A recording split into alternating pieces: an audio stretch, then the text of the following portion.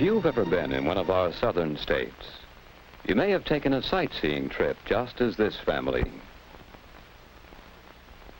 A trip to see one of the plantation homes that were built before the Civil War. This beautiful mansion is one of many homesteads that were once the residences of southern planters. These homes were centers of plantation life. Inside the mansion, we can get some idea of the luxuries that a wealthy plantation family enjoyed.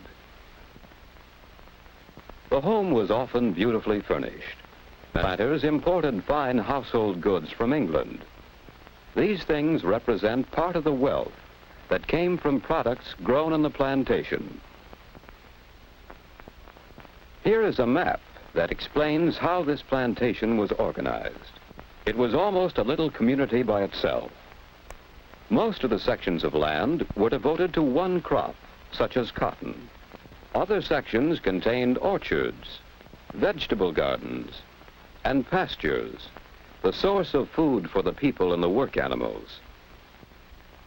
The buildings included the planter's home, a mill, workshops, and a row of small cabins for the slaves, who did almost all the work. We can still find remnants of some of these things on old plantations. These small houses were for the slaves who worked on the plantation. In this carriage house, the plantation vehicles were kept and repaired. In the blacksmith shop, such things as tools, wheel rims, and plowshares were made. And all of this was done by hand, the hand labor of the slaves. But what made each plantation depend mostly on its own labor and its own products? The answer is poor transportation. There were few roads, and many of them were in poor condition, so there was little commercial traffic between plantations. Travel was so difficult that each plantation was practically isolated, and so had to be almost self-sufficient. The easiest means of travel was by riverboat, and so many plantations were located along the rivers. At the boat landing, manufactured goods from cities could be brought in. Crops grown on the plantation could be sent out. Most plantations raised and shipped only one crop. In most plantations near the Mississippi, the one crop was cotton. Cotton was such an important part of the plantation system that it came to be called king cotton. The enormous amount of hand labor required to grow and pick the cotton was supplied by great numbers of slaves. This, then, was the economic background of the plantation. Cheap slave labor producing one main crop on vast tracts of land owned by the planter. But the plantation was more than an economic organization. It was a social organization as well. The planter and his slaves were part of an unusual class system. The sharp division of people into two main groups, the owners and the slaves, left a lasting influence on the society of the South. What was that society like? For the plantation owner and his family, it was an aristocratic kind of society. Gentle manners, courtesy, hospitality.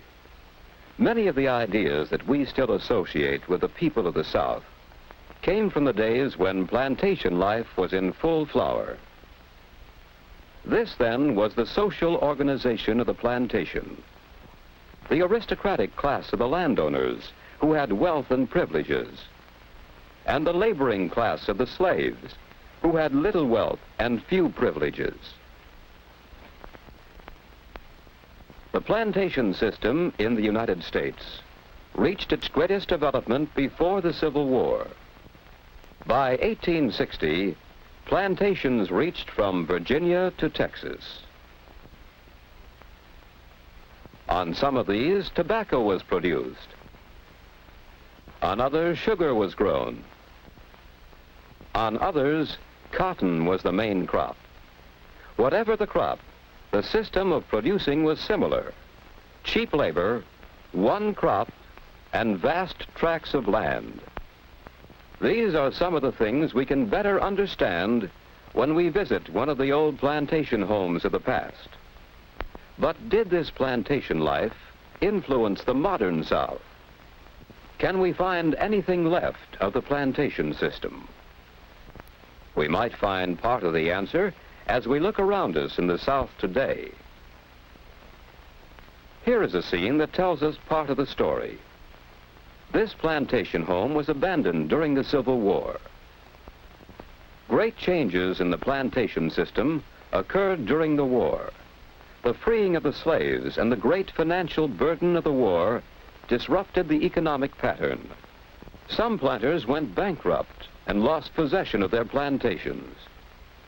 But the plantation system did not entirely disappear. Some elements of that system did not change. The land, cultivated for generations and still productive, remained. The source of labor, great numbers of Negroes, remained. The demand for cotton remained, and the growing of cotton continued. So the plantation system, in a smaller and modified way, continued and can be found in the South today. Much of the work is still done by hand. Much of the wealth still comes from one crop, cotton. Most of the workers are Negroes who live on the plantation. Today, the man who owns the plantation is called the landlord. The men who work the farm are tenants.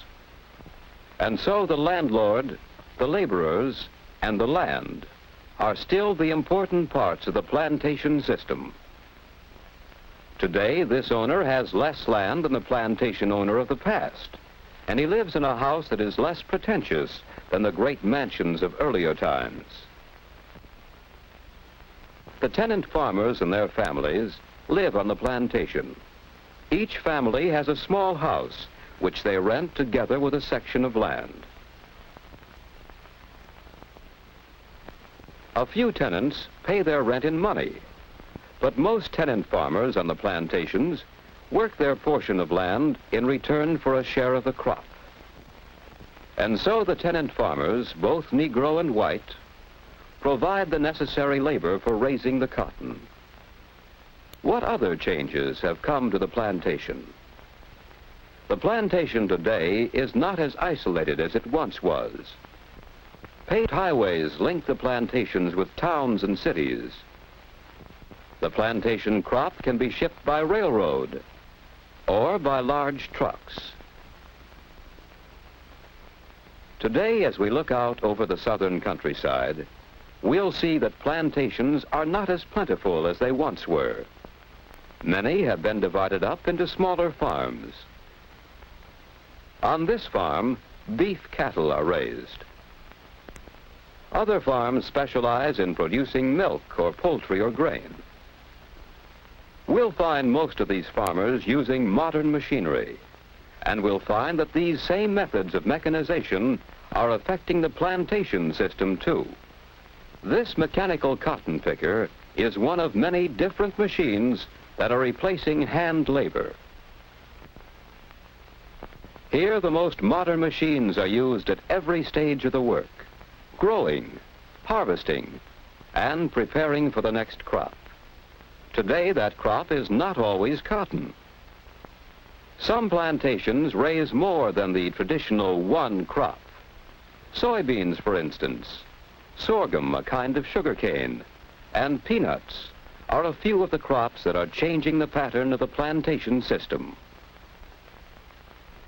That system has been changing over a long period of time, but its economic and social patterns have left a lasting influence on life in the South.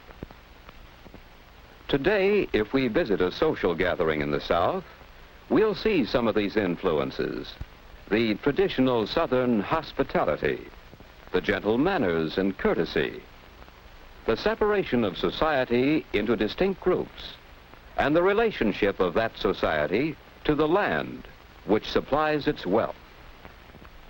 These are some of the things which the plantation system has contributed to Southern life.